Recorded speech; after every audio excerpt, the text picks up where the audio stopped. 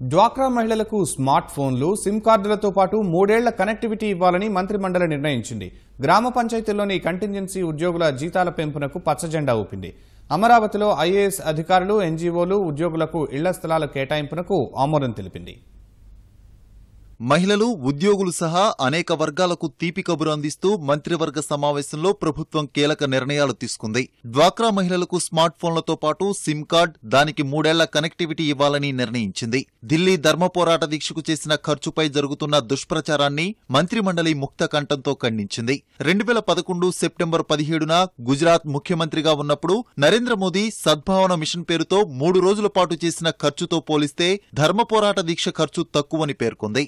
రాష్ట్రంలో 1,43,00,000 పేద కుటుంబాలు ఉన్నాయి. వాళ్ళందరికీ స్మార్ట్ ఫోన్లు ఇస్తే 7,175 కోట్ల రూపాయలు అవసరమవుతుంది. అంత డబ్బులు వస్తుంది అని మొదట ఒక ఆర్గనైజ్డ్ సెక్టర్ డ్వాక్రా సంఘాల సభ్యురాళ్ళు ఎవరైతే ఉన్నారో 94 లక్షల మంది సుమారు, వాళ్ళందరికీ స్మార్ట్ ఫోన్లు ఇవ్వాలని 3 సంవత్సరాలు వాటిని వినియోగించుకునే విధంగా ఒక ఒప్పందాన్ని చేసుకుని మరి కన్సర్న్డ్ ఏజెన్సీకి ఆ బాధ్యతలు అప్పచెప్పాలని నిర్ణయం తీసుకోవడం జరిగింది.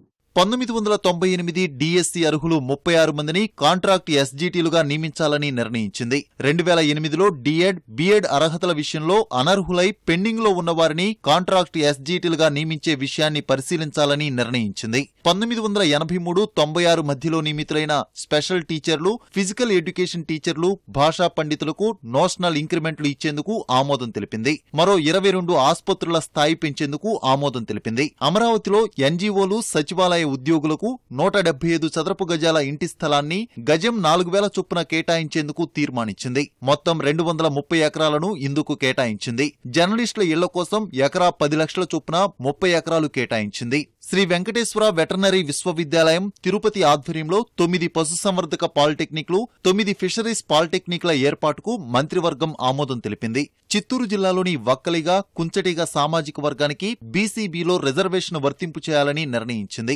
ఆహార భద్రతా చట్టాన్ని మరింత పటిష్టంగా అమలు చేయడానికి 78 మంది ఫుడ్ సేఫ్టీ అధికారుల ఉద్యోగాలను మంజూరు చేసింది. వీటితో పాటు 9 మంది సీనియర్ అసిస్టెంట్స్, 28 మంది డేటా ఎంట్రీ ఆపరేటర్లు, 28 మంది శాంప్లింగ్ అసిస్టెంట్ పోస్టులను అవుట్సోర్సింగ్ ద్వారా నియమించాలని నిర్ణయించింది. అమరావతి రాజధాని బయట centre for economic and social studies సంస్థకు 10 ఎకరాలు ఇచ్చేందుకు పచ్చజెండా ఊపింది. పోలవరం DPR-2కు కేంద్ర జలసంఘం ఆమోదంపై చర్చ జరిగింది. వైకుంఠపురం పథకంతో ప్రజల కల నెరవేరుస్తున్నందుకు ముఖ్యమంత్రికి మంత్రిమండలి శుభాకాంక్షలు తెలిపింది.